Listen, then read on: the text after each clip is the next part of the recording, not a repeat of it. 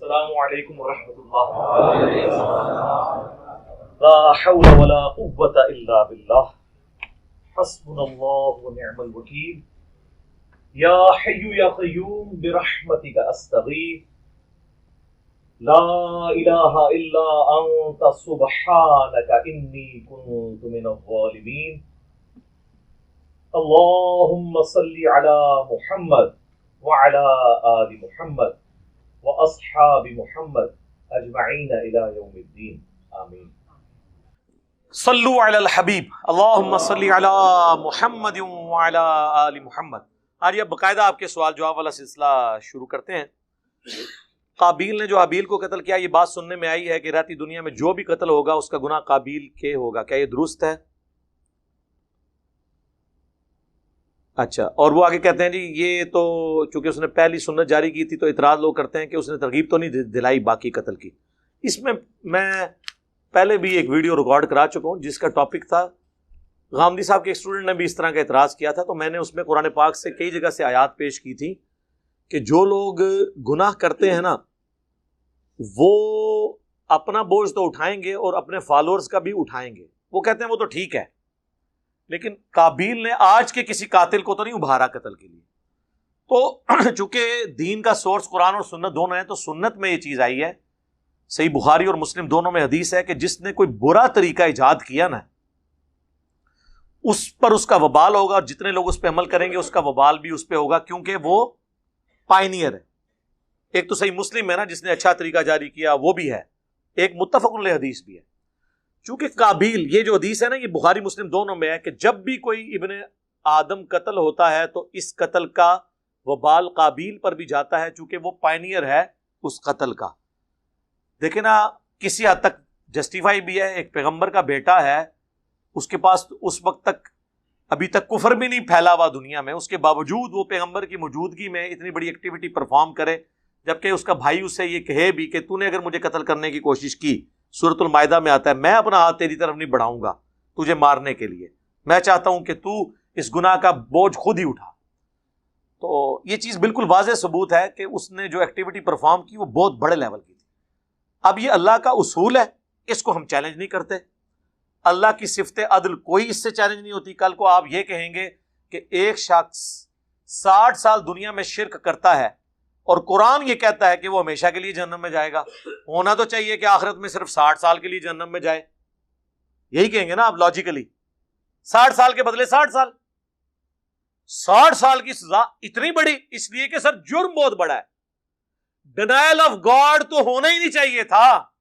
کائنات کی ایک ایک چیز پکار کے کہتی ہے کہ میرا کوئی کریٹر ہے، اور جس طرح اللہ اس دور کے اندر دا گاڈ ارائزز ہوا ہے، آج سے پہلے تو کسی نے سوچا بھی نہیں تھا. اس میں میری کئی ایک ویڈیوز ہیں، اس لیے یہ جرم بھی بہت بڑا ہے. اسی طریقے سے قتل نہ حق بھی بہت بڑا جرم ہے. حتیٰ کہ ابو داؤد میں حدیث ہے کہ اللہ نے یا تو شرک معاف نہیں کرنا یا قتل نہ حق معاف نہیں کرنا. ذہن میں رکھیے گا، وہ اللہ کا حق ہے، یہ انسانیت کا حق ہے. انسانیت دو چیزوں پہ چل رہی ہے، احترام جان اور احترام مال. اگر احترام جان احترام مال نہیں ہوگا تو معاشرہ چلے گا نہیں. اسی لیے قرآن میں گناہوں کے اگینسٹ، زیادتی کے اگینسٹ کہا گیا مخالفین کو معاف کرو، لیکن قتل کے بارے میں فرمایا وَلَكُمْ فِي الْقِصَاصِ حَيَاةٌ يَا أُولِي الْأَلْبَابِ. قتل کے بدلے میں، دوسرے کو قتل کرنے میں پوری انسانیت کی زندگی چھپی ہے اے عقل مندو. یعنی قاتل کو معاف نہ کرو، دیت لے کے مت چھوڑو، اگرچہ یہ جائز ہے. انکریج اس کو کیا گیا قتل کے بدلے قتل، جو سورۃ المائدہ میں ہے. جس نے ایک جان کو بچایا گویا پوری انسانیت کو بچا لیا، اور جس نے ایک جان کو قتل کیا گویا پوری انسانیت ہی اس نے قتل کر دی نا. ہمارا ایک دوست کنسٹرکشن میں لیبر سپلائی کرتے ہیں، بعض اوقات ٹھیکہ حاصل کرنے کے لیے، ٹھیکے کی پیمنٹ حاصل کرنے کے لیے مجبوراً کہا جاتا ہے کہ وہ کچھ دیں. بالکل یہ ہے، ہمیں تو پتہ ہے. دوست اس لین دین میں پہل نہیں کرتے، دل میں برا جانتے ہیں، صدقہ بھی کرتے ہیں. دیکھیں اپنی مجبوری کی خاطر اگر کوئی شخص کسی کو رشوت دیتا ہے اپنے جائز کام کے لیے جو اس کے بغیر ممکن نہ ہو، ایون یہاں تو بعض اوقات میٹر لگوانے کے لیے بھی رشوت دینی پڑ جاتی ہے. آپ لوگوں کو تو یاد نہیں، جب ہم لوگ میٹرک میں تھے اس وقت تو آپ کو ڈومیسائل بنوانا، شناختی کارڈ بنوانے کے لیے بھی ٹائم پہ رشوت چاہیے ہوتی تھی. یہ تو نادرہ کی وجہ سے بڑی آسانی ہو گئی ہے. پہلے تو یہ مشکل ترین کام ہوتے تھے. چھوٹا موٹا کام عدلیہ کا, جوڈیشری کا نکل آئے, عذاب پڑ جاتا تھا. تو جائز کام کے لیے اگر آپ رشوت دیتے ہیں تو اس کا وبال لینے والے پر ہے, دینے والے پر نہیں ہے, کیونکہ وہ مجبوراً دے رہا ہے. لیکن اس کو اپنے دل میں اسے برا سمجھنا ہے. جو صحیح مسلم کی حدیث ہے, برائی ہو سکے تو ہاتھ سے روکو, ہاتھ سے نہیں تو زبان سے. اگر زبان سے بھی نہیں روک سکتے, کم از کم دل میں برا جانو. لیکن ذالک اضعف الایمان, یہ سب سے کمزور درجہ ہے. لیکن یہ تو اس صورت میں ہے نا کہ جب آپ اس کے بغیر کام چلا سکتے ہو. لیکن جہاں پہ کام آپ چلا ہی نہیں سکتے, آپ کی بیسک نیڈ ہے گھر میں میٹر لگوانا, یا کوئی کنسٹرکشن کا ٹھیکیدار ہے, وہاں پہ وہ جو گورنمنٹ کے بل کلیئر کروانے کے بعد ظاہر ہے اس بندے نے اتنی اپنی انویسٹمنٹ کیا, اب اس نے بل تو واپس لینے ہیں, تو وہ جو بل کلیئر کروانے والے ہیں وہ یہ سب کچھ کرتے ہیں. اور یہ گورنمنٹ کے سارے اداروں میں ہوتا ہے. ایون فوج جو کہ اتنا آرگنائز ادارہ ہے, اس کے اندر بھی ہمارے کئی جاننے والے ہیں جو بتاتے ہیں ہمارے بل ادھر بھی اسی طریقے سے کلیئر ہوتے ہیں. تو باقی اداروں کو تو آپ چھوڑ دیں, اللہ ان کو ہدایت دے. مر کے یہ ان کو پتہ چل جائے گا انہوں نے اپنے پیٹ میں دوزخ کی آگ بھری ہے, ان کو اندازہ نہیں کہ یہ کیا کر رہے ہیں. اللہم لا تجعلنا منہم اللہم اجرنا من النار. حنفی حضرات کا کہنا ہے کہ وضو کے بعد جسم سے پانی کے قطرے اگر مسجد میں گر جائیں تو گناہ ہوتا ہے. بالکل جھوٹی بات ہے جی, کوئی گناہ نہیں ہوتا. اور وہ جو گناہ کا دھلنا ہے نا, بخاری مسلم میں جو آیا ہے کہ چہرے کے گناہ دھل جاتے ہیں چہرہ دھونے سے, یہ ٹینجیبل نہیں ہے, یہ روحانی مسئلہ ہے. اب جب وہ شخص بے وضو ہوتا ہے, کیا وہ پلید ہوتا ہے؟ نہیں. لیکن نماز پڑھنے کے اعتبار سے وہ ناپاک ہے جب تک وضو کر نہ لے. ویسے وہ پاک ہے, اور ویسے تو جنبی بھی پاک ہے. بخاری مسلم دونوں میں حدیث ہے, حضرت ابو ہریرہ کہتے ہیں کہ میں ایک دفعہ گھر سے نکلا, نبی علیہ السلام بھی گزر رہے تھے, میں آپ کے ساتھ ہو گیا, آپ مجھ سے گفتگو فرمانا شروع ہو گئے. مجھے اچانک یاد آیا کہ میں تو بے غسلہ ہوں, میں حضور مجھ سے باتیں کر رہے ہیں اور میں آہستہ آہستہ پیچھے ہوا, کھسک گیا, غسل کر کے واپس آیا. حضور نے کہا تو کدھر پیچھے سے نکل گیا تھا؟ کہ یا رسول اللہ میں ناپاک تھا. آپ نے فرمایا مومن تو کبھی ناپاک ہی نہیں ہوتا. یہ حکمی نجاست ہے. بخاری مسلم میں آیا کہ میں حیض سے ہوتی تھی اور نبی علیہ السلام اپنا سر مبارک میری گود میں رکھ کر قرآن پڑھ رہے ہوتے تھے. صحیح مسلم میں حدیث ہے, نبی علیہ السلام اعتکاف میں تھے, بسترا مانگا, اما عائشہ کہتی ہیں یا رسول اللہ میں حیض سے ہوں. آپ نے میں حیض تیرے ہاتھوں میں گھس گیا. یہ حکمی نجاست ہے. حقیقی نجاست صرف وہی خون ہے, اور وضو والا معاملہ تو وہاں تو ہے ہی ساری کی ساری حکمی نجاست ہے. لہذا یہ جو وضو کا پانی ٹپک رہا ہوتا ہے یہ ناپاک نہیں ہوتا, اور نہ اس میں گناہ دھلتے ہوئے کسی کو نظر آتے ہیں, جو حضرت تقی عثمانی صاحب نے فرمایا تھا, جن کے میں ٹخنوں کے بھی برابر نہیں ہوں. کہانیاں صحابہ کرام نو عذاب قبر نہ نظر آئے. بخاری مسلم میں نبی علیہ السلام جس راستے سے گزرے اور آپ کو دکھا دیا گیا. اور مسلم کے الفاظ ہیں, میں نے خواہش کی کہ میں اللہ سے دعا کروں تمہیں بھی دکھا دے, پھر مجھے خدشہ ہوا کہ تم اپنے مردوں کو دفنانا چھوڑ دو گے. وہ بریلوی کہتے ہیں جی حضور کا خچر بدک گیا تھا. جس نبی کے بیٹھنے سے خچر کو علم غیب ہو جائے, اس نبی کو علم غیب نہیں ہوگا. جی نبی کو علم غیب ہے جب اللہ بتاتا ہے. خچر کو اس لیے ہوا کہ خچر کے بارے میں صحیح بخاری میں حدیث ہے کہ عذاب قبر کو جنوں انس کے علاوہ, انسانوں اور جنوں کے علاوہ ہر مخلوق سنتی ہے. اگر یہ سنے تو بے ہوش ہو جائیں. تو اگر آپ نے اپنے بزرگوں کو عذاب قبر دکھانا ہے تو انہیں کیا بنانا پڑے گا؟ جانور. دو چار والی بات ہے. اور اگلی بات, جانور تو عذاب قبر دیکھ لیں, بزرگ نہ دیکھیں, تو افضل کون ہوا؟ جانور. پورا ٹوٹل دین ہوتا جی. ہاں انگریز دا کیمرہ دوروں ویک سکتا ہے, ولی نہیں ویک سکتا. اور چھڑ دو کیمرے نو, تسی تے انگریز تو افضل ہو نا. کیمرہ بڑھا کیوں نہیں لیا کسی بزرگ نے؟ ہاں بڑھا کے دسو. تسی چڑی تو افضل ہو نا, چڑیا اڑتی ہے تو بزرگوں کے مرید کیوں نہیں اڑتے؟ تو اس سے پھر یہ ثابت ہوا کہ بزرگوں کے سارے مرید چڑیا سے بھی گئے گزرے ہیں. چلو چڑیا تو معصوم جانور ہے, میں نام لیتا ہوں گدھ. گدھ اڑ لیتی ہے, کوا اڑ لیتا ہے, حرام جانوروں کے نام دو نا. چیل اڑ لیتی ہے اور بزرگوں کے مریدین نہیں اڑتے, تو پھر افضل کون ہوا؟ چیلیں، کوے، گدھاں. تہاڈی سوچ، آپ ہی اپنے دماغ کا علاج کراؤ. او بھائی اللہ نے ان کو استطاعت دی ہے، انسان کو نہیں دی ہے. اس طرح افضلیت غیر افضلیت نہیں. انسان کی افضلیت اللہ کی شناخت، عقل، علم ہے. جو اللہ کے غضب سے آپ میں کمی ہے جس کی، اس طرح نہیں اینالوجیز بنتی. اپنی عقل کو استعمال کیا کریں. تو لہٰذا یہ وضو کا پانی مسجد میں گرنے سے، اور یہ جو لوگ وضو کا پانی اگر اپنے کپڑوں پہ بھی گر رہا ہے تو ناپاک نہیں ہے یار، وہ حکمی نجاست ہے. ورنہ تو جو شخص ہوا نکلنے سے جس کا وضو ٹوٹے تو اس کے اوپر تو استنجا کرنا بھی واجب ہو جائے، جس طرح کئی لوگ سمجھتے ہیں اور کرتے بھی ہیں. ان کو میں پھکی دیتا ہوں کہ اگر ہوا نکلنے سے یہ استنجا آپ پہ ضروری ہو گیا ہے، پھر تو آپ کسی بدبودار ڈھیر سے بھی گزرے تو آپ پہ تو غسل فرض ہو جائے گا. پورے جسم میں وہ آگے وہ اس طریقے سے ہوتا ہے یار خدا کے لیے. تو یہ حکمی نجاستیں، یہ کوئی فزیکل نجاستیں نہیں. لوگ کہتے ہیں نہیں غسل فرض تھا، تولیے کو ہاتھ لگ گیا، کیا ہوا؟ کپڑوں کو ہاتھ لگ گیا، کیا ہوا؟ کچھ بھی نہیں ہوا، جب تک کہ وہ جو گندگی ہے وہ نہ اس کپڑے کو ٹچ کر جائے. ہاں یہ ضرور ہے کہ غسل کرتے وقت آپ کا پانی مستعمل نہیں ہونا چاہیے. پہلے آپ ہاتھوں کو دھوئیں گے، پھر آپ پانی میں ہاتھ ڈالیں گے. یعنی یہ بالٹی کا ہے. ہمارا تو وہ چکر ہی ختم ہو چکا ہے شکر الحمدللہ، شاور کی وجہ سے ضرورت ہی نہیں ہے، مستعمل ہوتا ہی نہیں پانی. کچھ ہمارے بھائی سازداروں میں نوکری کرتے ہیں، انہیں جاسوسی کے لیے دوسرے ملک بھیجا جاتا ہے، وہاں انہیں غیر مسلم بن کر بھی رہنا پڑتا ہے. ان کے بارے میں کیا حکم ہے؟ بخاری مسلم میں حدیث ہے کہ جنگ دھوکے کا نام ہے. اس میں اگر آپ مجبوراً اس کی وجہ سے آپ کو یوں رہنا پڑے، بشرطے کہ آپ اسلام کے فرائض نہ چھوڑیں. یہ نہیں ہے کہ آپ کو نماز معاف ہو جائے گی. اور دوسرا غیر مسلم بن کے آپ رہیں گے بھی تو کون سا آپ کے اوپر 24 گھنٹے CCTV کیمرہ لگا ہوا ہے کہ وہ دیکھ رہے ہیں کہ روزانہ مندر جا رہا ہے کہ نہیں جا رہا. اور روزانہ تو مسلمان بھی مسجد نہیں جاتا. آج کل غیر مسلم بن کے رہنا یا مسلم بن کے رہنا دونوں ہی آسان کام ہے. نہ انہیں نماز پڑھنی، نہ انہیں پڑھنی.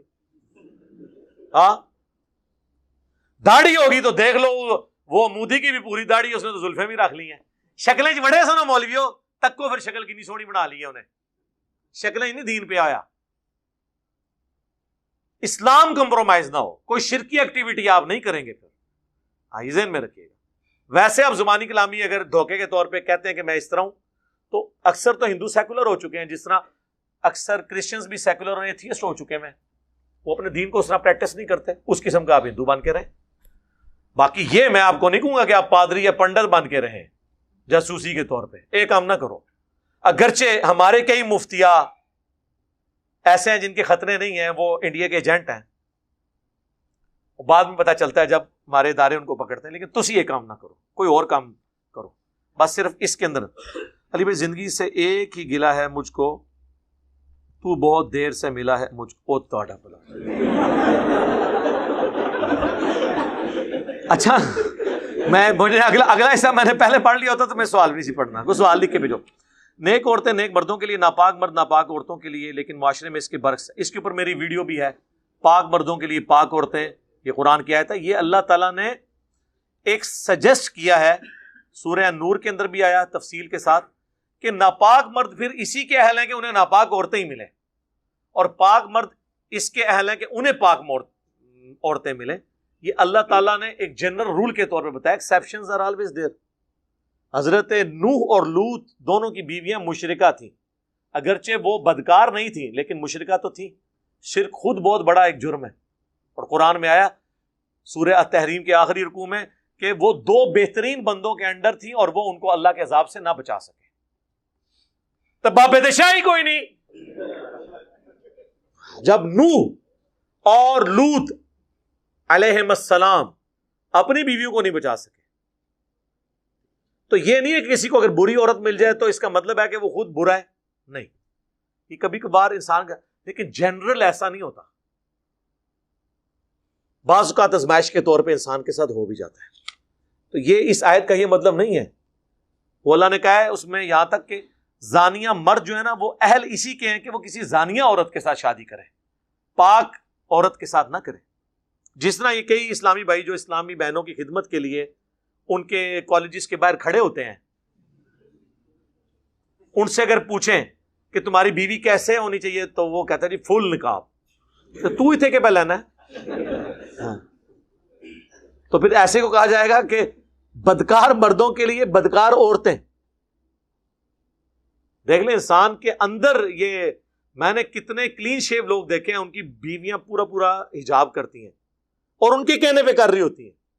وہ کہتے ہیں نہ یہ اس پہ کوئی کمپرومائز نہیں. ہمارے عثمان بھائی بتا رہے، ان کے ایک دوست ہیں یہاں پہ، تو انہوں نے وہ آدھا پہنا ہوا، وہ جنہوں کہتے ہیں وہ شارٹ، وہ چھوٹا سا وہ جو پینٹی ہوتی ہے، کلین شیو، ہیٹ پہنا ہوا اوپر، اور ساتھ ان کی بیوی جس نے ہاتھ میں بھی دستانے پہنے ہوئے، نقاب، ٹھیک ہے جی، اور فل حجاب. تو عثمان بھائی کہتے ہیں یار سارا اسلام بیوی سے لا چڑھا ہے، تھوڑا اپنے بھی لاؤ.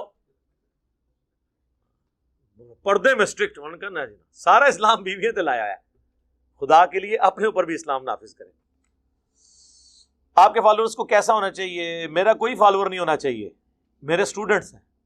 فالوور نبی علیہ السلام کے آپ بنے. وہ کیسے ہونا چاہیے؟ وہ صحیح مسلم میں حدیث ہے. اما عائشہ سے پوچھا گیا بتائیے نبی علیہ السلام کی سیرت اور اخلاق کیسا تھا؟ انہوں نے کہا تم قرآن نہیں پڑھتے. قرآن ہی نبی علیہ السلام کا اخلاق.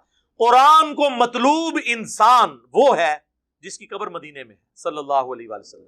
ایسا ماڈل ہونا چاہیے انسان کو. لقد کان لکم فی رسول اللہ اسوۃ حسنہ.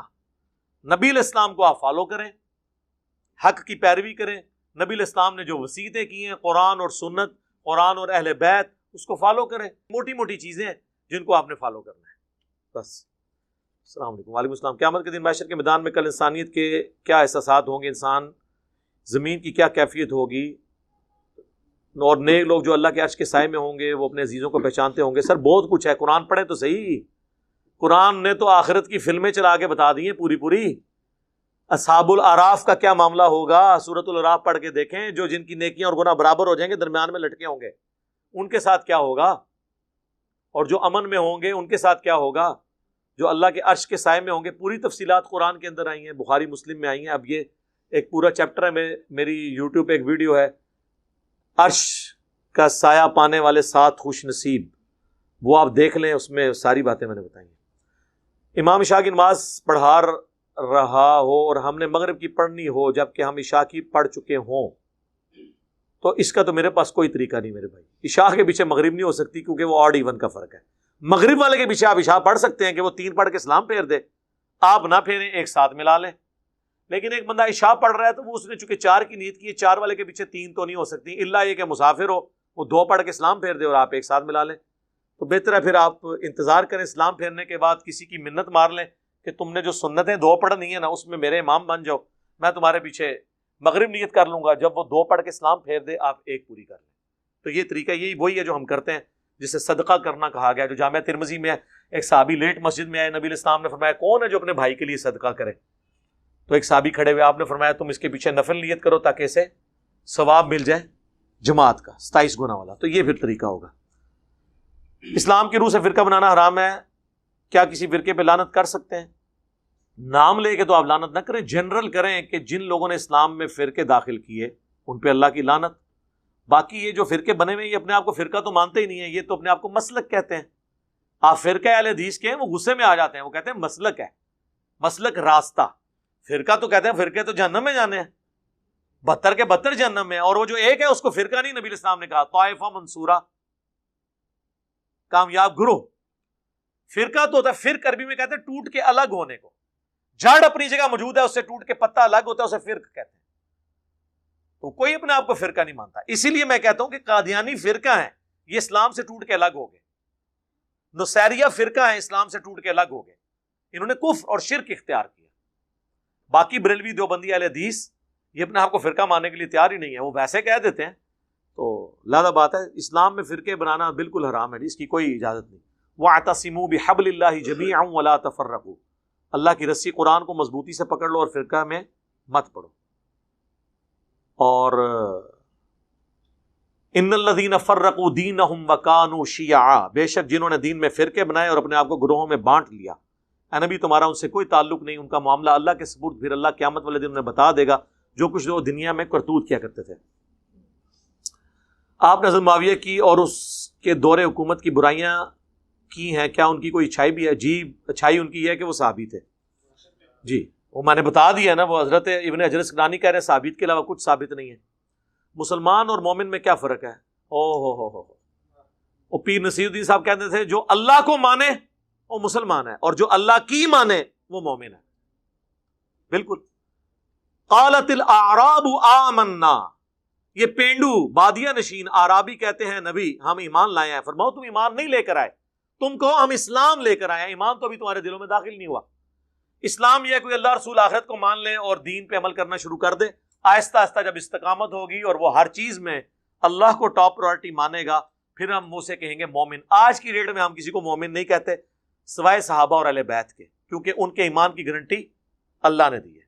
حسن ظن رکھتے ہیں. باقی عموماً آپ مومن لفظ تو شیعہ اپنے سارے جو کمیونٹی کو مومن ہی کہتے ہیں. وہ اس لیے نہیں کہ وہ ہمیں منافق سمجھ رہے ہوتے ہیں، اس لیے وہ کہتے ہیں یہ ٹرم یوز کرنی چاہیے.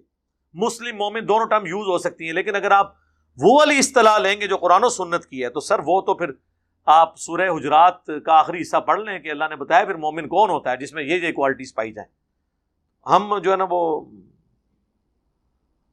دعائی کر اگر آپ حق بات کرتے ہیں تو پھر کیا آپ کے خلاف کیوں ہے؟ کوئی اور سوال کرو یار. اس کا جواب یہ ہے کہ تسی کر کے دیکھ لو جدو تانوں ہار پوایا نا انہوں نے. اور میرے ابا جی مجھے شروع میں کہتے تھے اے بندہ صحیح انداز گل کرے نا. میں کہا جی کر لو تسی جاؤ ایک گال میں شہد ایک گال میں شکر رکھیں اور آپ کسی دربار کے باہر کھڑے ہو کے کہیں دیکھیں جی صحیح مسلم میں حدیث ہے کہ قبروں پہ مارتے مت بناؤ، قبروں کو پکا مت کرو، تو مہربانی کر کے بابا جی کی قبر جو ہے نا میں توڑنے کے لیے تشریف لایا ہوں. اور مسکراہٹ بھی آگے کریں اور اخلاق سے بنوا لیں ان سے. وہ بھائی جی جی تھی پوچھل پیر آئے گا وہ تو چیکے گا. اور یار حضرت نوح علیہ السلام کے اجتماع میں 78 بندے تھے، رائے ونڈ میں 18 لاکھ ہیں، تو فرق تو ہے نا. رائے ونڈ والے کہیں جائیں ان کو لوگ ہار بنائیں اور نبی علیہ السلام کو مکہ بھی چھوڑنا پڑ جائے توحید کے اوپر، تو سر پھر وہ توحید وہی ہے نا. ہاں سمجھو. آپ صلی اللہ علیہ وسلم کی مہر نبوت والی انگوٹھی میں کوئی غیبی معجزہ تھا؟ غیبی معجزہ تو کوئی نہیں تھا. نبی علیہ السلام تو انگوٹھی کے حامی بھی نہیں تھے. بخاری مسلم میں آتا ہے کہ صحابہ کرام نے کہا یا رسول اللہ یہ جو آپ لیٹرز لکھ رہے ہیں نا غیر مسلموں کو، وہ بغیر مہر کے نا اس کو اتھینٹک نہیں مانتے. تو پھر آپ نے مجبوراً ایک مہر بنوائی جس کا نقش آپ کو نظر آتا ہے، اور آپ اللہ از دا ٹاپ پرائورٹی دیکھیں. نبی علیہ السلام نے اس پہ لکھا ہے محمد رسول اللہ. محمد نیچے لکھا ہے، رسول اوپر، اور اللہ سب سے اوپر لکھا ہوا ہے. پرائورٹی دیکھیے. اور نیچے سے اوپر، ویسے تو ہم جب بھی کوئی رائٹنگ کرتے ہیں اوپر سے نیچے کرتے ہیں یا دائیں سے بائیں، اس طرح ہی ہوتا ہے نا. لیکن نبی علیہ السلام نے وہ مہر بنائی محمد رسول اللہ، اللہ کا نام بھی اوپر رکھا. وہ مہر آپ نے بنوائی، وہ آپ لگا کے دیتے تھے. باقی ایک غیبی معجزہ تو ظاہر ہوا ہے، وہ صحیح بخاری میں ہے کہ حضرت عثمان غنی ایک دفعہ وہ کنویں کے کنارے بیٹھے ہوئے تھے، وہ اسی انگوٹھی کو یوں ایسے بندہ کھیل رہا ہوتا ہے، وہ ان کے ہاتھ سے چھوٹ گئی. بس اس کے بعد پھر وہ خلافت راشدہ کا ڈاؤن فال شروع ہو گیا. وہ 6 سال ہو چکے تھے حضرت عثمان کی خلافت کو. صحیح بخاری میں آتا ہے وہ انگوٹھی نیچے گری، حضرت عثمان نے اس کنویں کا پورا پانی نکلوا لیا. او سر پھر انگوٹھی نہیں لبھی. او بھائی اللہ لے گئے. او نہیں انگوٹھی لبنی، جو مرضی کر لو. کچھ عرصہ پہلے سعودی حکومت نے بھی وہ سارا کروایا سلسلہ. انگوٹھی وہ اللہ لے گیا بھائی. جس طرح بخاری مسلم میں آتا ہے صلح حدیبیہ کا درخت، صحابہ کرام کہتے ہیں ہم اگلی دفعہ آئے ہم بھول ہی گئے وہ درخت کدھر گیا ہے. وہ جو اہل حدیث کہتے ہیں حضرت عمر نے کٹوا دیا تھا. توبہ توبہ توبہ، جھوٹ بولتے ہیں. حضرت عمر یہ کام کر سکتے تھے. بخاری مسلم میں موجود ہے وہ اللہ نے غائب کر دیا. جس درخت کا ذکر قرآن میں تھا کہ جو اس درخت کے نیچے نبی کے ہاتھوں پہ بیعت کر رہے ہیں، اللہ کا ہاتھ ان کے ہاتھ پہ ہے. سر وہ کوئی درخت عام درخت تو نہیں تھا. اب میری نظر میں زندہ معجزات میں سے جو سب سے بڑا معجزہ ہمارے پاس ہے نا وہ زمزم ہی ہے. تو یعنی جو آپ فزیکلی دیکھنا چاہتے ہیں، ویسے تو نبی علیہ السلام کا ایک ہی معجزہ ہے جو قیامت تک کے لیے ہے، قرآن. ٹھیک ہے جی. باقی زمزم کے بارے میں بھی جو عقیدت لوگوں کی وابستہ ہے نا وہ بڑا عجیب و غریب واقعات بناتے ہیں. اس طرح نہیں ہے. پچھلے دنوں سعودی حکومت نے باقاعدہ وہ زمزم کے اوپر ٹیمز بلائی تھی کہ وہ اس میں کنٹامینیٹڈ واٹر گٹر کا شامل ہو گیا تھا اور لوگ بیمار ہو رہے تھے. اب یہ آپ کسی کو بتا دیں کہ زمزم پی کے وہ ہوتے کہتے ہیں زمزم میں زہر بھی پا دے ہوتے وہ ٹھیک ہو جائے گا. تو کر لو، کر کے دیکھ لو، کر لو، چیک کر لینے. اولیاء اکرام پر اور علماء اکرام پہ چیک کرواتے ہیں. گل کرنے لی کرو. وہ زمزم مکے میں تو پانی زمزم تھا, وہاں تو لوگ ٹوائلٹ بھی اسی پانی کو لے کے جاتے تھے. یہاں کسی کو کہ میں نے زمزم سے استنجا کیا ہے, وہ تو پہنچا دے گا پھر. ہاں, اپنی جنت بھی پکی کرے گا, پہلے تو جنت بھیجے گا, پھر خود بھی پیچھے آ جائے گا. لوگوں کی عقل ہی کام نہیں کرتی ہے. تھنک آؤٹ آف باکس کرے. شیعہ میں سے کافی لوگوں کا کہنا ہے کہ حضرت امام حسن علیہ السلام کے جنازے پر تیر چلائے گئے. جی چلائے گئے تھے, اس سے بڑی باتیں ہوئی ہیں, تو اس میں سے نکالنا کیا آپ نے؟ نکالنا وہ بنو امیہ دشمن تھے, ظاہر ہے. یعنی وہ حضرت حسن ابن علی نے خواہش ظاہر کی تھی کہ میں نے روضہ شریف میں دفن ہونا ہے. اما عائشہ نے اجازت بھی دے دی, سیدہ عائشہ نے اجازت دے دی تھی, لیکن بنو امیہ چونکہ حکمران تھی, مروان بن حکم مدینے کا گورنر تھا حضرت معاویہ کی طرف سے, انہوں نے کہا یہ تو حسن کو اگر یہاں پہ دفنایا گیا تو یہ تو پھر بنو ہاشم کو پرائورٹی مل جائے گی اس حوالے سے. اس نے کہا میں نے نہیں دفنانے دینا. ایون حضرت حسین کو جنازہ بھی نہیں پڑھانے دیا گیا. حضرت حسین نے کہا ٹھیک ہے, حکمرانوں کا یہ ٹائٹل ہے, وہ پڑھائیں جنازہ, کیا فرق پڑتا ہے. حضرت حسن ان کے نہ تو جنازہ پڑھانے کے محتاج ہیں اور نہ روضہ شریف میں ساتھ دفن ہونے کے محتاج ہیں. وہ دفن ہونے سے پہلے ہی ان کو جنتی نوجوانوں کا سردار بتا دیا گیا ہے. جامعہ ترمذی میں حدیث موجود ہے, ٹھیک ہے. اور ان سے جو صحابہ کی عقیدت تھی, صحیح بخاری میں ہے کہ ایک دفعہ حضرت حسن بچپن میں حضرت علی کی طرف, یعنی وہ کھیل رہے تھے, تو حضرت ابو بکر نے ان کو اٹھایا اور کہا اللہ کی قسم تم علی کے ہم شکل نہیں ہو, رسول اللہ کے ہم شکل ہو. ہاں جی. لیکن یہ دیکھ لیں, یہی حسن جب فوت ہوتا ہے, اور امیر شام کیا کہتے ہیں, وہ ابو داؤد 4131, مقدام تمہیں پتہ ہے حسن ابن علی فوت ہو گئے, تو انہوں نے کہا انا للہ و انا الیہ راجعون. ابو داؤد تو لے کے آئے کہ قال فلان نے کہا, امام بن حنبل نے کہا کہ معاویہ نے کہا حسن کے مرنے کو تم مصیبت سمجھ رہے ہو. ہائے ہائے, عام بندے کے مرنے پہ پڑا جاتا ہے. انہوں نے کہا کہ معاویہ تیری اس بات نے مجھے انتہائی تکلیف دی ہے, میں اس وقت تک یہاں سے نہیں اٹھوں گا جب تک کہ میں تجھے ایسی باتیں نہ سناؤں جسے سن کے تجھے غصہ آئے, اور اگر میں جھوٹ بولوں تو کہہ دینا میں جھوٹا ہوں, اور اگر میں سچ کہہ رہا ہوں تو میری تصدیق کر دینا. اور ایک پاس چمچا بیٹھا ہوا کہتا ہے حسن تو ایک آگ کا انگارہ تھا جسے اللہ نے بجھا دیا. یعنی وہ ہر ٹائم ان کے سر پہ لٹکی ہوئی تلوار تھی کہ ان کے ساتھ ٹریٹی کی ہے اور پوری کرنی پڑے گی. حسن فوت ہو گیا, انہوں نے اپنی مرضی کری, اور پھر کی تھی بھی اپنی مرضی. پھر حضرت مقدام نے وہاں پہ پھر کلمہ حق بلند کیا. انہوں نے کہا بتا, ہاں رسول اللہ نے کیا مردوں کے لیے ریشم کو منع نہیں کیا, سونا منع نہیں کیا, چیتوں کی اور درندوں کی کھال پہننے سے ان کو بچھا کے ان پہ بیٹھنا یہ تکبر کی علامت نہیں ہے. ان کا معاویہ تینوں کام تیرے گھر میں ہوتے ہیں. انہوں نے آگے سے نہیں کہا کہ تو جھوٹ بول رہا ہے یا تو نے انجینئر کی ویڈیوز دیکھی ہیں میرے خلاف ہو گیا. ان کا مقدام کو مال دو, مقدام کو انہوں نے مال دیا, انہوں نے ادھر ہی غریبوں میں تقسیم کر دیا. یہ لوگ مال کے لالچی تو نہیں تھے یار. علی کے ماننے والے تو پھر آپ کو پتہ ہے زہد میں ہوتے ہیں. علی بھائی اگر کوئی آپ کے نام پر فیس بک پیج یا یوٹیوب بنانا چاہتا ہے تو اجازت میں نے دی ہوئی ہے, صرف ویڈیو اشتہار نہیں چلانے اور کسی حرام چیز کا اشتہار ڈسپلے نہ ہو. امیجز آئیں گے, ہم نے اجازت دی ہوئی ہے. شیعہ فرقہ میں سے کچھ رافضیوں کا ماننا ہے کہ جو شخص 12 اماموں سے ایک کا بھی انکار کرے وہ جہنمی ہے. وہ جاہل ہے.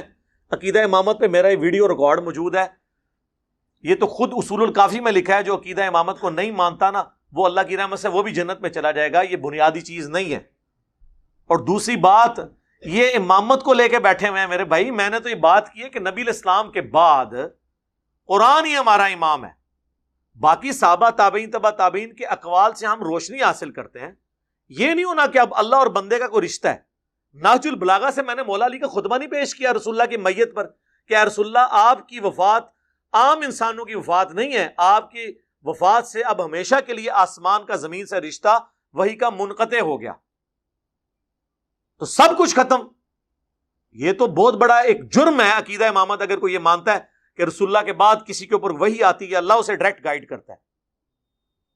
تو دین کی تو عمارت ہی گر گئی. آپ پھر قادیانیوں کو کہاں سے روئیں گے بیٹھ کے؟ پہلے تو یہ کام کریں. یہ تو اسلام کی جڑ کاٹنے والا عقیدہ ہے.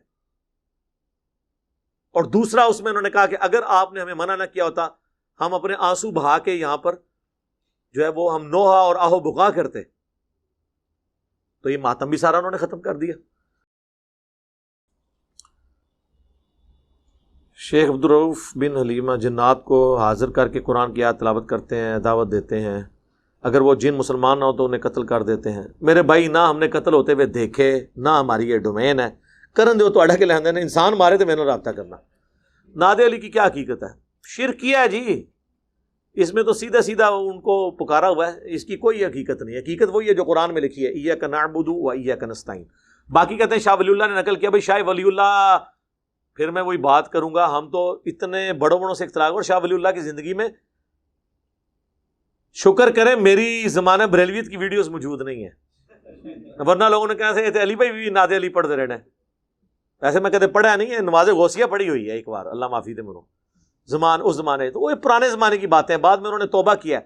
حجت اللہ البالغہ کے مقدمے میں انہوں نے لکھا ہے کہ میں نے جب قرآن اور بخاری مسلم پڑھی تو یہ اور دین تھا, اور میں جس دین پہ ہوں, ان کے ابا جی نے تو انہیں دربار سے مانگا ہوا ہے شاہ ولی اللہ کو, قطب الدین بختیار کاکی کے مزار پہ جا کے, نام بھی ولی اللہ رکھا ہے, لیکن پھر گمراہ ہو گیا. ہاں ان کی نظر میں وہ اس لیے کہ انہوں نے جب قرآن بخاری مسلم پڑھی تو انہوں نے کہا یہ تو دین ہی اور ہے. کہتے میں اتنی ٹینشن میں آیا, میری آنکھ لگی تو میں نے خواب میں دیکھا کہ حسین ابن علی آئے, انہوں نے مجھے ایک قلم دیا ہے. شکر ہے کہ اٹھنے کے بعد وہ قلم ان کے سرانے نہیں سی پیا ہوا, یہ اگر جوڑ لینا نا, وہ خواب میں ہی تھا. وہ کہتے ہیں یہ مجھے اشارہ ملا کہ انہوں نے کہا کہ جس طرح حق کے لیے میں نے اکیلے نے آواز بلند کی ہے نا, تو بھی اپنے قلم کے ذریعے آواز بلند کر. پھر انہوں نے لکھی حجت اللہ البالغہ, اس میں تو انہوں نے چھوڑا ہی کچھ نہیں, تقلید کے پرخچے اڑائے انہوں نے, اماموں کے اقوال نقل کیے کہ قرآن و سنت کو ماننا ہے. بخاری مسلم سے انہوں نے کہا جو بغض رکھتا ہے وہ بدعتی ہے, اہل سنت سے خارج ہے, اس کی ساری احادیث متصل الاسناد صحیح ہیں. یہ ساری باتیں جو آج ہم کرتے ہیں یہ ان کی بعد کی باتیں ہیں, لہذا پرانی باتیں ان کی ختم ہے. ویسے تو میری والدہ نے بھی جب میں پیدا ہونے والا تھا تو انہوں نے خواب میں دیکھا کہ یہ جو بڑی ماں ہے پنڈی والے بزرگ, انہوں نے آگے ایک بچہ دیتا ہے. اللہ نہ کرے آندہ کوئی بابا میرے ورگا بچہ کسی ماں نو دے کے جائے. ہاں میں بھی بزرگاں دا فیض ہے, ہاں میرے نال دھیان نال, اس سے کیا فرق پڑتا ہے. علی بھائی آپ سے ہی پوچھنا تھا کہ کیا قبر پر جا کر السلام علیکم یا اللہ کہنا چاہیے, سنت ہے. یہ ویسے روایت ضعیف ہے ترمذی کی, اصل الفاظ ہیں مسلم میں, السلام علیکم اہل الدیار من المؤمنین والمسلمین وَإِنَّا إِن شَاءَ اللَّهُ بِكُمْ لَلَاحِقُونَ نَسْأَلُ اللَّهَ لَنَا وَلَكُمُ الْعَافِيَةَ. یہ آپ کو ریسرچ پیپر اینڈ پہ جو ملیں گے اس میں یہ دعا موجود ہے. اے مومنین اور مسلمین جو یہاں پہ دفن ہو, تم پر ہماری طرف سے سلامتی ہو, اللہ تعالیٰ تمہاری بھی مغفرت کرے, ہماری بھی, ہمیں بھی مر کے تمہارے پاس آنا ہے, ہم اللہ کے حضور تمہارے لیے اپنے لیے عافیت کا سوال کرتے ہیں. علی بھائی اگر یہ کہنا جائز ہے, سنت ہے, تو جس قبر میں ہے اس پر فرض ہوگا سلام کا جواب. بھئی سلام اللہ پہنچائے گا, جواب وہ دے گا, آپ کی کیا ٹینشن ہے. بخاری مسلم میں حدیث ہے, جب نماز میں پڑھتے ہو نا السلام علیکہ ایھا النبی, تو زمین و آسمان میں السلام علینا وعلی عباد اللہ الصالحین, ہر نیک بندے تک اللہ تمہارا سلام پہنچا دیتا ہے. یہ نہیں ہوتا کہ جواب کی آواز آپ کو آنی ہے.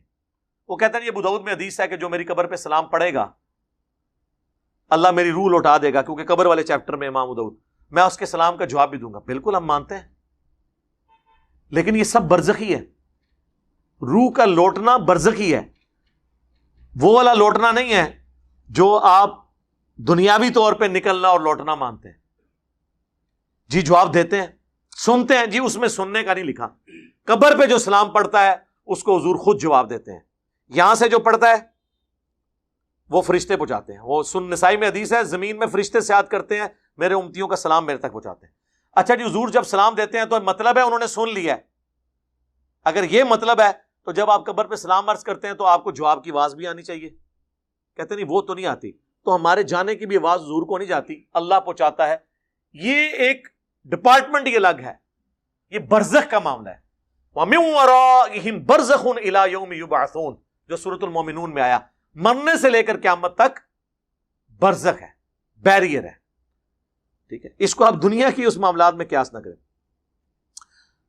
علی بھائی آپ نے نماز کا طریقہ اور ویڈیو دیکھی جس میں آپ نے سجدے کے درمیان اپنے ہاتھوں کو کانوں تک اٹھائے ہیں, جبکہ بخاری شریف میں یہ میں نے اس میں ہی بتایا میرے بھائی, دونوں طرح موجود ہے. کندھے کی سیدھ میں بھی رکھ سکتے ہیں, کانوں کی سیدھ میں بھی رکھ سکتے ہیں, انگلیاں جوڑ کے بھی رکھ سکتے ہیں, کچھ تابعین سے ثابت ہے، نارمل بھی رکھ سکتے ہیں، یہ میں نے اس کی پوری تمہید میں بتایا، ٹھیک ہے، لہذا اس میں کوئی مسئلہ نہیں ہے۔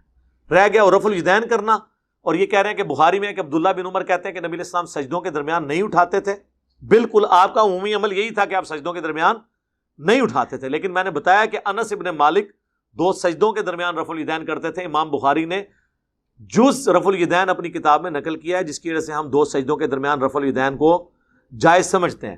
جب کوئی صحابی کہے نا کہ یہ نبی علیہ السلام یہ عمل نہیں کرتے تھے، تو اس سے مراد یہ ہوتا ہے کہ عموماً یہ نہیں کرتے تھے، عین ممکن ہے کہ بعض اوقات وہ عمل اس طریقے سے کرتے ہوں، ہاں اگر کہیں اور رپورٹ نہ ہو پھر آپ کیٹاگوریکل، جس طرح نبی علیہ السلام کا عمومی عمل آہستہ آواز میں جنازہ ہے، لیکن صحیح بخاری میں عبداللہ ابن عباس نے بلند آواز سے سورہ فاتحہ پڑھی جنازے میں اور کہا کہ میں بتانا چاہتا ہوں کہ یہ بھی سنت ہے، تو دونوں طریقے سنت ہے، ہاتھ چھوڑ کے بھی نماز سنت، ہاتھ باندھ کے بھی، لیکن بیسک سٹرکچر نماز کی پوری دنیا میں آج بھی ایک ہے۔ دنیا کا ہر مسلمان، حنفی، شافعی، مالکی، حنبلی، اثنا عشری، زیدیہ، کوئی بھی ہو، قیام کرتے ہیں، قیام میں سورہ فاتحہ اور سورت ملاتے ہیں یا کوئی حصہ قرآن کا، اس کے بعد رکوع کرتے ہیں، رکوع کے بعد سیدھا کھڑے ہوتے ہیں، ہر رکعت میں 2 سجدے کرتے ہیں، 2 سجدوں کے درمیان بیٹھتے ہیں، ہر 2 رکعتوں کے بعد بیٹھتے ہیں، اور ہر 4 رکعت کے بعد نماز کو مکمل کرتے ہیں۔ وہ چاہے ایسے کر کے کریں، ایسے کر کے کریں، وہ خروج بالسنعی ہی ہے، نماز سے الگ ہونا۔ بیسک سٹرکچر ایک ہے، اسی وجہ سے آپ ایک دوسرے کے پیچھے نماز پڑھ سکتے ہیں، ورنہ اگر حنفیوں کے رکوع کا وقت آئے اور اس وقت شوافے کے سجدے کا وقت آ جائے تو ایک دوسرے کے پیچھے نماز ہی نہ پڑھ سکیں، شیعہ کے سجدے کا وقت آئے اور ہمارے رکوع کا وقت آ جائے تو ہم ایک دوسرے کے پیچھے نماز نہیں پڑھ سکتے۔ تو ڈاکٹر اسرار صاحب کہتے ہیں میں جامعہ الازہر مصر میں تھا تو وہاں مجھے حکمت سمجھ آئی، کہتے ہیں میں نے چھت پہ کھڑے ہو کے دیکھا، وہاں تو سارے فقہوں کے لوگ ایک ہی جگہ ہے نا، ویسے مینجمنٹ تو حنفیوں کے پاس ہے لیکن سارے اپنے اپنے طریقے سے نماز پڑھتے ہیں۔ کہتے ہیں میں نے چھت سے جب ان کو نماز پڑھتے ہوئے دیکھا تو مجھے اس دن حکمت سمجھ آئی کہ کوئی رفع دین کر رہا ہے، کوئی نہیں کر رہا، کسی نے ہاتھ باندھے ہیں، کسی نے چھوڑے ہوئے ہیں، لیکن سارے ایک امام کے پیچھے ہیں۔ تو میرے اس وقت یہ بات کلک ہوئی کہ ایک کے پیچھے اس لیے ہے کہ نماز کا طریقہ ایک ہی ہے۔ یہ اہم ہی لوگوں نے ڈکوسلا بھائی رفع الیدین کرنا نہ کرنا، اس سے اوور آل طریقے میں فرق نہیں پڑتا، ہم اسے سنت سمجھتے ہیں، اس کے بغیر ہم ایک رکعت بھی نہیں پڑھتے، لیکن بیسک سٹرکچر مولانا اسحاق نے بڑی پیاری سمجھائی تھی کہ ایک بندہ ہے جس کے اعضاء سلامت ہیں اور ایک بندہ ہے جس کا ہاتھ ٹوٹا ہوا ہے، لیکن اس کو بھی بندہ ہی مانا جائے گا۔ ایک لنگڑا ہے، اب یہ تو نہیں کہا جائے گا اس کی ٹانگ ٹوٹ گئی ہے تو اب یہ انسان ہی نہیں ہے۔ تو لنگڑی لوڑی نمازیں یعنی بغیر رفع الیدین والی، وہ بیسک سٹرکچر میں تو نماز ہے لیکن وہ اب لنگڑی لوڑی ہیں۔ اس لیے احمد بن حنبل کا فتویٰ ہے، جب ان سے پوچھا گیا کہ اگر کوئی رفع الیدین نہ کرے تو آپ کے خیال میں اس کی نماز ہو جاتی ہے، انہوں نے کہا مجھے نہیں پتا ہوتی ہے نہیں ہوتی، بہرحال طریقہ یہی ہے، ویل لیفٹ کر دیا۔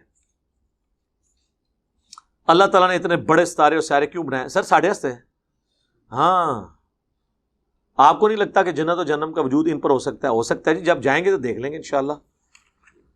ایک شخص کی 2 بیویاں ہیں، ایک کماتی ہے دوسری گھارداری کرتی ہے، کیا شوہر جو بیوی کماتی ہے اسے بھی نان و نفقہ دینے بالکل پابند ہے اور وہ آپ کو 1 روپیہ دینے کی پابند نہیں ہے، ذہن میں رکھیں،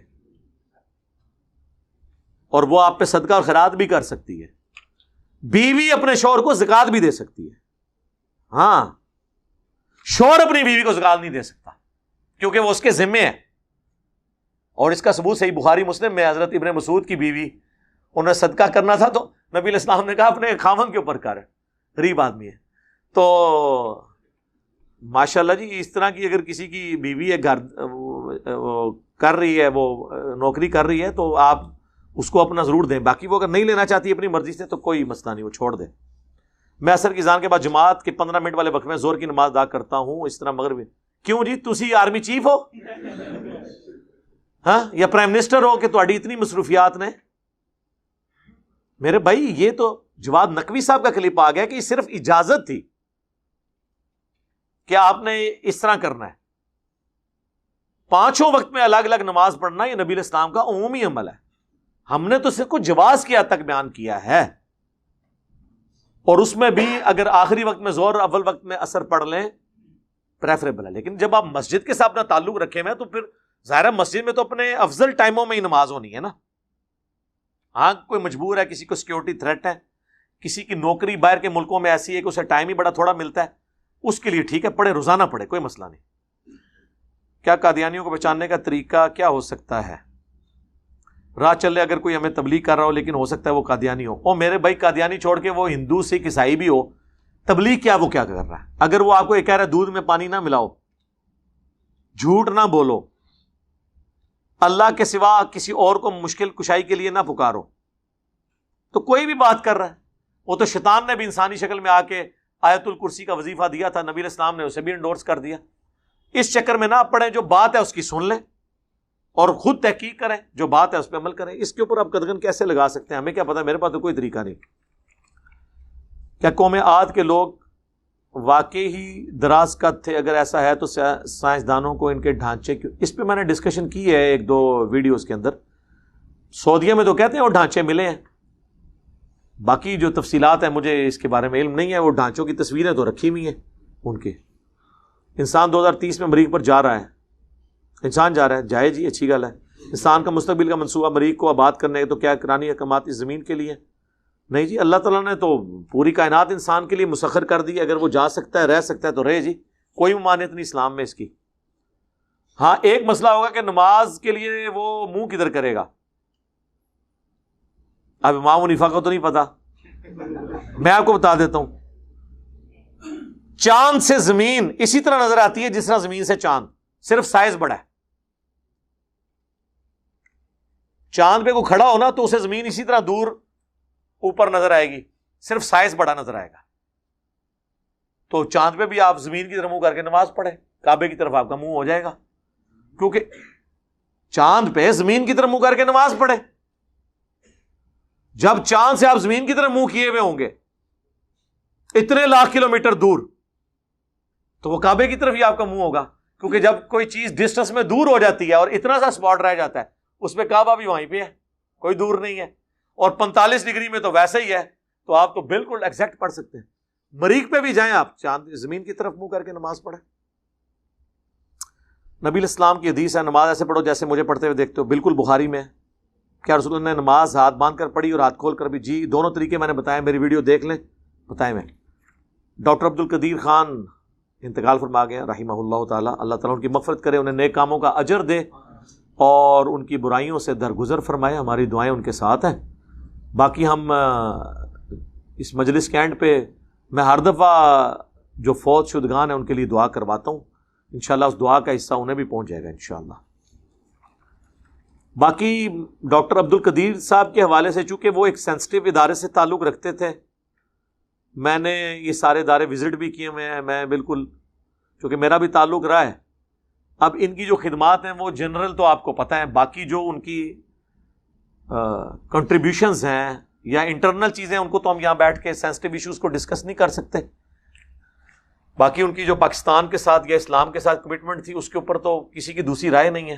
اور مشرف نے جو ان کے ساتھ ظلم کیا اور انہیں قربانی کا بکرا بنایا، تو پوری قوم کی بےغیرتی ہے کہ اس وقت خاموش رہی ہے، سمیت میرے۔ ہم کیا کر سکتے تھے؟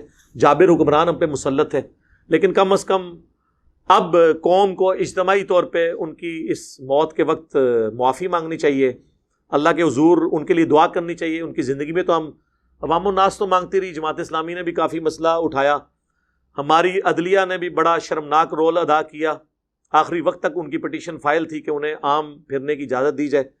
باقی جو لوگ ان کے ساتھ ظلم ہوا اس کا دفاع کرنے کے لیے بڑی باتیں کرتے ہیں، دیکھیں کمزوریاں ہر انسان میں موجود ہوتی ہیں، اور اس کا یہ مطلب نہیں ہے کہ کسی ایک بندے کو آپ قربانی کا بکرا بنائیں۔ وہ کہتے ہیں نہیں جی، ان کو تو امریکہ مانگ رہا تھا، ہم نے ان کے حوالے نہیں کیا، یہی ان کے لیے بہت بڑا اجر ہے۔ تو وہ اکیلے تو نہیں تھے جو ان پہ الزامات لگتے ہیں۔ پاکستان میں تو ایک سوئی نہیں کوئی باہر لے کے جا سکتا اس سینسٹیو چیزوں کی، کیونکہ اوور آل تو ساری سیکیورٹی ہماری ریاستی اداروں کے پاس ہے۔ ایک بندے کو قربانی کا بکرا، تو وہ تو شکیل افریدی کو بھی مانگ رہے ہیں کتنے عرصے سے، آپ نے اس کو بھی تو جیل میں رکھا ہوا ہے نا، تو نہیں حوالے کیا۔ حالانکہ میں سمجھتا ہوں کہ ڈاکٹر عافیہ صدیقی کے مقابلے پہ اس خبیث کو اگر ہم حوالے کر بھی دیں، اس کو تو اپنی سزا مل چکی ہے، جو کچھ اس نے پاکستان کی بدنامی کروانی تھی شکیل افریدی نے۔ وہ جو ڈاکٹر تھا وہ اسامہ بن لادن کا اس نے جو پوری کی تھی، وہ دیں مردود ہمارے کس کام کے، ان کے حوالے کریں غدار کو، اس کے بدلے میں ہم اپنی اس بہن کو یہاں واپس لیں، کر لیں ادلا بدلا۔ لیکن ہمارے حکمرانوں کی، نہ پچھلے حکمرانوں کی جرت تھی کہ وہ بات کریں نہ اس حکمران کی جرت ہے کہ یہ اس سامنے بیٹھ کے یہ بات کریں. ہاں ادھر تقریریں لوگوں سے کروا لیں جتنی مرضی, یہاں وہ باتیں کریں گے. تو اس طریقے سے ڈاکٹر عبد القدیر صاحب کے ساتھ بھی میں سمجھتا ہوں کہ اس قوم نے جس طرح اپنے سارے محسنین کے ساتھ یہ کرتے رہی ہے, محمد علی جناح سے لے کے آج تک ان کے ساتھ بھی کوئی اچھا سلوک نہیں تھا. عوام الناس ان کے لیے دعا کرتی تھی.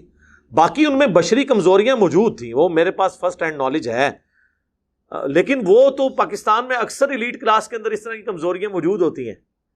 لیکن اس شخص کی ایک قربانی تھی کہ اس نے اپنی لائف کا جو پیک تھی جس وقت, اس وقت اس بندے نے اپنی لائف کو سٹیک پہ لگا کے پاکستان کے لیے اتنی بڑی قربانی کی. اور اس کے بعد پھر ذوالفقار علی بھٹو کو بھی سلام ہے کہ انہوں نے ان کو انڈورس کر کے, ویسے اٹامک انرجی کا جو ادارہ ہے نا پاکستان اٹامک انرجی کمیشن, یہ تو 50s میں ہی قائم ہو چکا تھا, اور پاکستان جو ایٹمی طاقت بنا اس میں میجارٹی رول اسی ادارے کا ہے.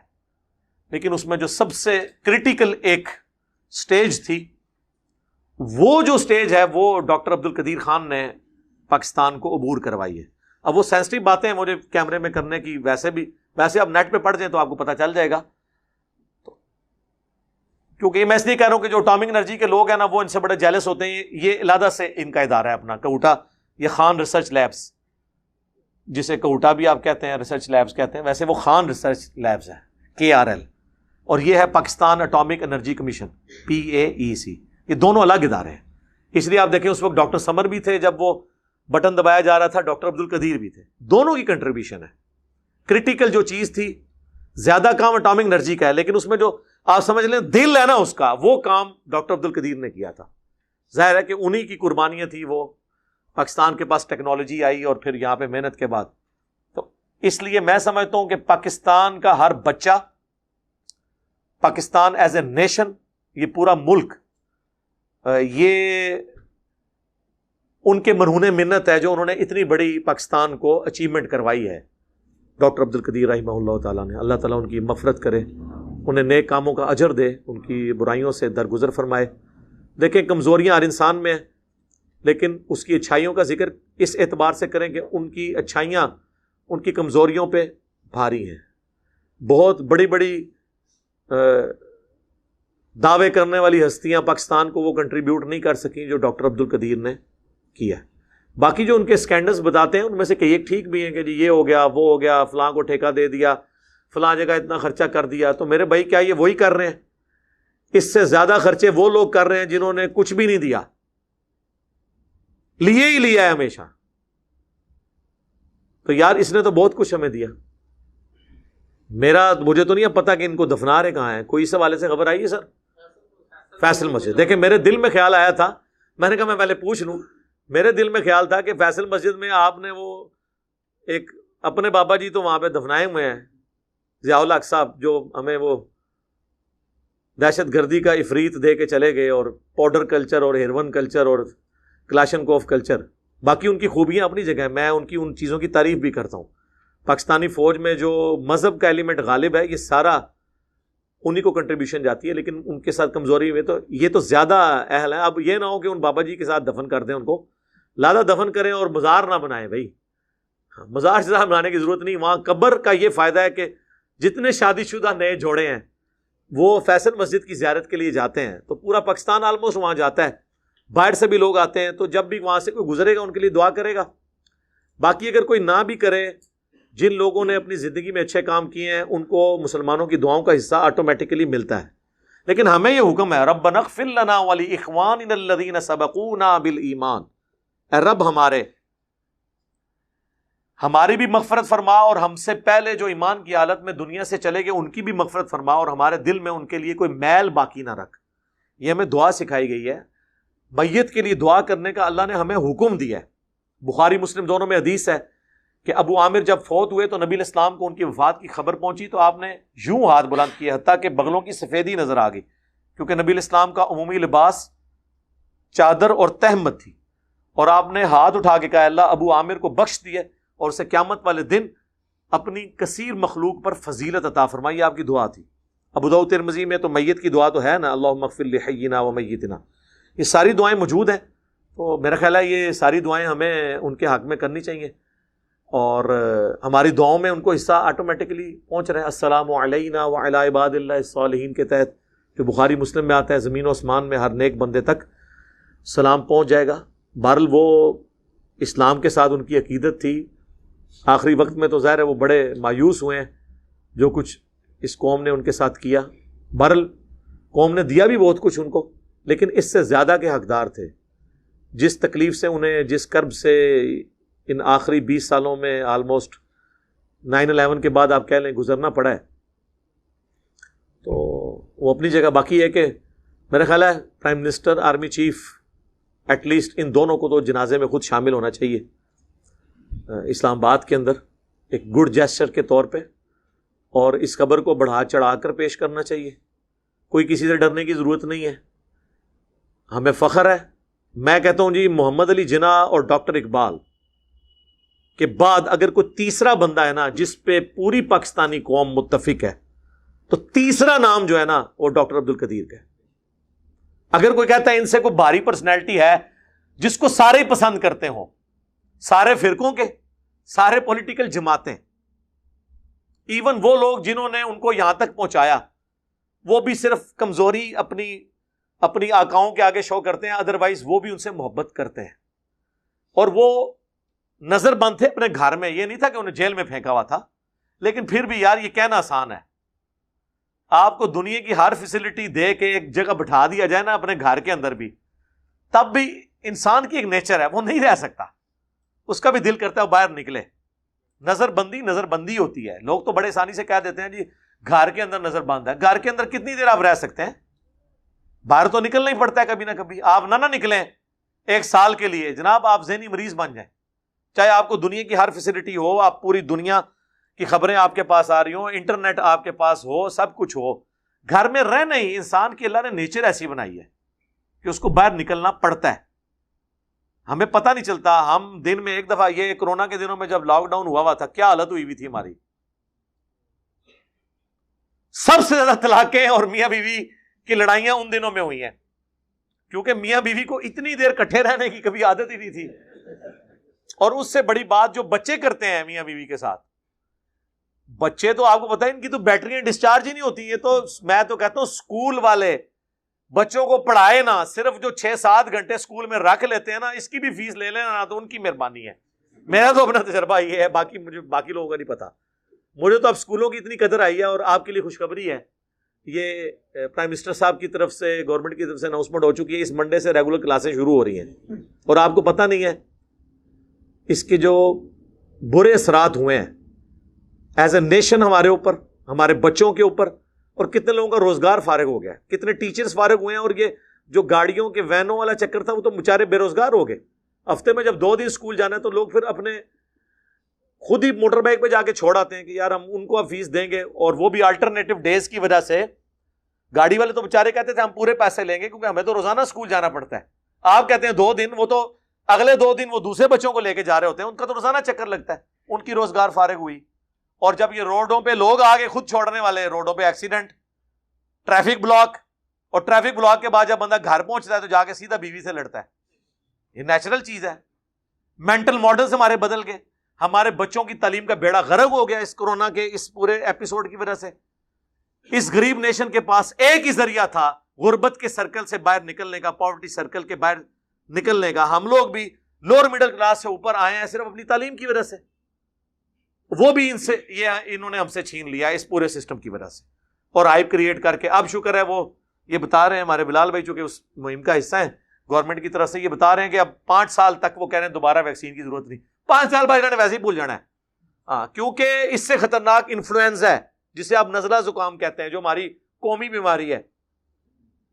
اس کی ویکسین تو آج تک اللہ کے فضل سے ہمیں کسی گورنمنٹ نے نہیں لگوائی, نہ ہم نے خود لگائی ہے. اس کے ساتھ بھی ہم ایگزسٹ کر رہے ہیں. آج بھی دنیا میں نمبر 1 کلر ملیریا ہے, اس کے بعد یہ ہے.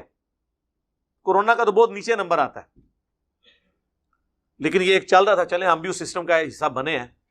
تو یہ اب یہ پورے معاملات جو اس طریقے سے مس ہینڈل ہوئے ہیں, تو گھر کے اندر رہنا بہت بڑی آزمائش ہے. تو یہ میں اور ڈاکٹر عبد القدیر صاحب سے بات شروع ہوئی تھی, ان کو اس تکلیف سے گزرنا پڑا. اللہ تعالیٰ ہمیں بھی ایز اے قوم معاف کرے جو ہم نے ان کے ساتھ سلوک کیا, اور اس کی وجہ سے جو انہوں نے تکلیفیں اٹھائیں اس صبر پہ انہیں اجر دے اور وہ اجر ان کی غلطیوں کا کفارہ بن جائے. اللہم انی اسألک بانک انت اللہ لا الہ الا انت الاحد الصمد الذی لم یلد ولم یولد ولم یکن له کفوا احد وإلہکم الہ واحد لا الہ الا هو الرحمن الرحیم الف لام میم اللہ لا الہ الا هو الحی القیوم. اللہم صلی علی محمد وعلی آل محمد. ربنا آتنا فی الدنیا حسنہ وفی الآخرۃ حسنۃ وقنا عذاب النار. اللہم احسن عاقبتنا فی الامور کلہا واجرنا من خزی الدنیا وعذاب الآخرہ. ربنا هب لنا من ازواجنا وذریاتنا قرۃ اعین وجعلنا للمتقین اماما. اے اللہ ہماری، ہمارے ماں باپ کی، ہمارے بیوی بچوں کی، پوری امت کی تمام دینی دنیاوی جسمانی روحانی ظاہری باطنی پریشانیاں تکلیف مصیبتیں دکھ درد بیماریاں دشواریاں دور فرما، اور جن جن بھلائیوں کا سوال تیرے محبوب علیہ السلام نے تجھ سے کیا ان تمام کے حق میں ان بھلائیوں کو قبول فرما، اور جن جن چیزوں کے شر سے تیرے محبوب صلی اللہ علیہ وآلہ وسلم نے تیری پناہ طلب کی ان تمام لوگوں کو ان چیزوں کے شر سے اپنی پناہ عطا فرما. اے اللہ ڈاکٹر عبد القدیر صاحب رحمہ اللہ تعالیٰ کو بخش دے اور قیامت والے دن انہیں کثیر مخلوق پر فضیلت عطا فرما.